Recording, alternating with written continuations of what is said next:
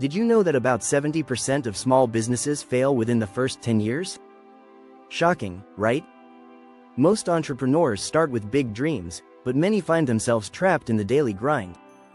They work long hours, juggling tasks and responsibilities, yet their businesses often don't run smoothly without them.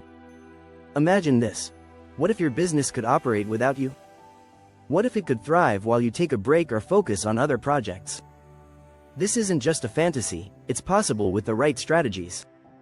In this video series, Creating a Small Business That Doesn't Need You Built to Sell, we'll explore practical steps to build a business that runs itself. You'll learn how to shift your mindset from operator to owner, automate daily tasks, create effective systems, and hire a team that can function independently. By the end, you'll not only understand how to create a business that can thrive without your constant involvement, but also how to prepare it for a profitable sale when the time is right.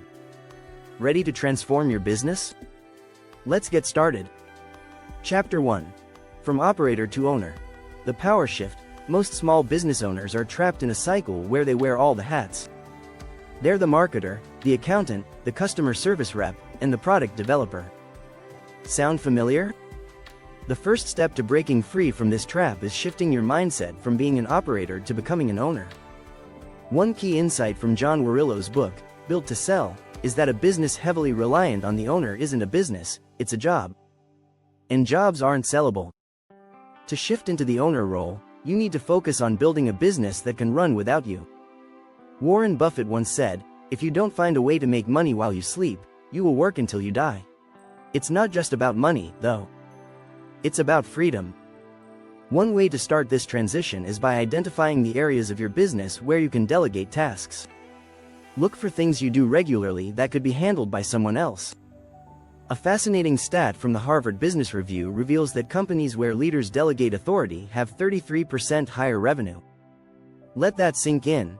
Delegation isn't just nice to have, it's crucial for growth. Chapter 2. Automating growth. Let tech do the heavy lifting. Automation is no longer a luxury, it's a necessity. Especially for small businesses. Imagine a business where orders are processed, customer inquiries are answered, and inventory is managed, all without your involvement. Sounds ideal, right? Well, it's possible. Automation tools like Zapier, Shopify, and MailChimp can handle repetitive tasks, giving you time to focus on what really matters: scaling.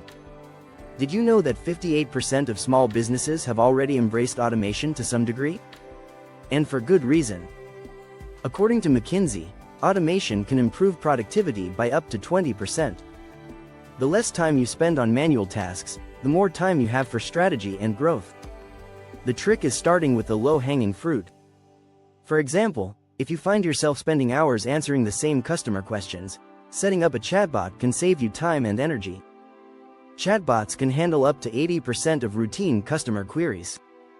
That's 80% of customer service work done automatically, freeing you to think bigger. The beauty of automation is that it works 24/7, while you're sleeping or even on vacation. Chapter 3. Building a brand that sells itself. Most small businesses think too small when it comes to branding.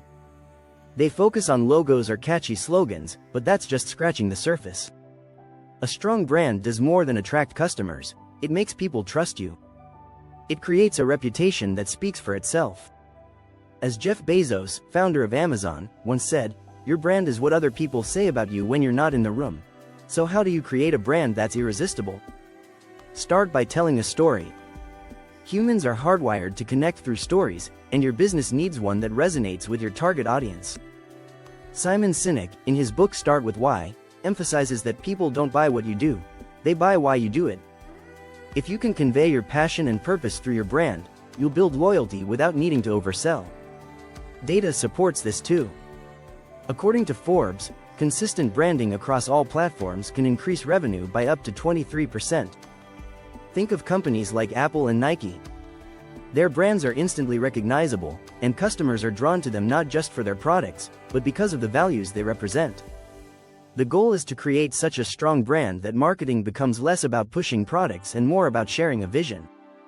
When people feel connected to your brand's mission, they'll become your biggest advocates, and that's a business that sells itself. Loving the content so far? Subscribe and let's jump back into the action. Chapter 4. The SOP secret. Creating systems that run without you.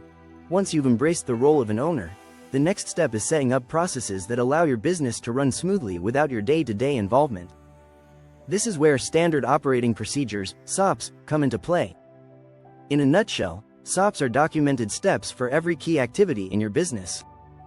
They create a roadmap for others to follow, ensuring consistency and quality. You might be thinking, documenting every task seems overwhelming. But here's the deal. Every hour you invest in writing an SOP will save you countless hours down the road. Take it from Michael Gerber, author of The E-Myth Revisited, who emphasizes, if your business depends on you, you don't have a business, you have a job. This couldn't be more accurate. By building strong systems, you empower your team to make decisions without constantly asking for your input. Businesses with SOPs have a 33% higher success rate when scaling. Why? Because SOPs provide a foundation for others to step in and perform at the same level, even if you're not there. A McKinsey report found that companies with detailed processes are 2.5 times more likely to outperform competitors. It's simple, consistency creates results. Start by identifying the most repetitive tasks, things like invoicing, order fulfillment, or onboarding new employees. Once documented, anyone can step in and handle these tasks without error. Think of SOPs as your business's playbook. Even if you're not on the field, your team knows exactly what play to run. Chapter 5. Hiring for autonomy. Building a dream team. Now that your processes are documented, it's time to hire people who can take the reins. But here's the catch, you're not just hiring bodies to fill roles. You're hiring problem solvers who can think and act independently. The key here is to find people who are capable of making decisions without needing to check in with you every step of the way. According to a study by Gallup, highly engaged teams show a 21% increase in profitability. But engagement doesn't come from micromanaging, it comes from giving employees ownership. Steve Jobs was known for saying, "It doesn't make sense to hire smart people and then tell them what to do. We hire smart people so they can tell us what to do." When hiring, look for individuals with a track record of independent problem solving. During the interview process, ask about situations where they had to make decisions on the fly. Their answers will give you insight into their autonomy. Once you've built your team, the next challenge is empowering them to take control. You need to trust your team to execute on the SOPs you've created. Harvard Business Review reports that companies with empowered employees experience 50% higher employee satisfaction. And happy employees are productive employees. When your team can operate without constant guidance, you're free to focus on bigger picture tasks like growth and strategy. Enjoyed this? Hit subscribe and join us for more fun and informative videos.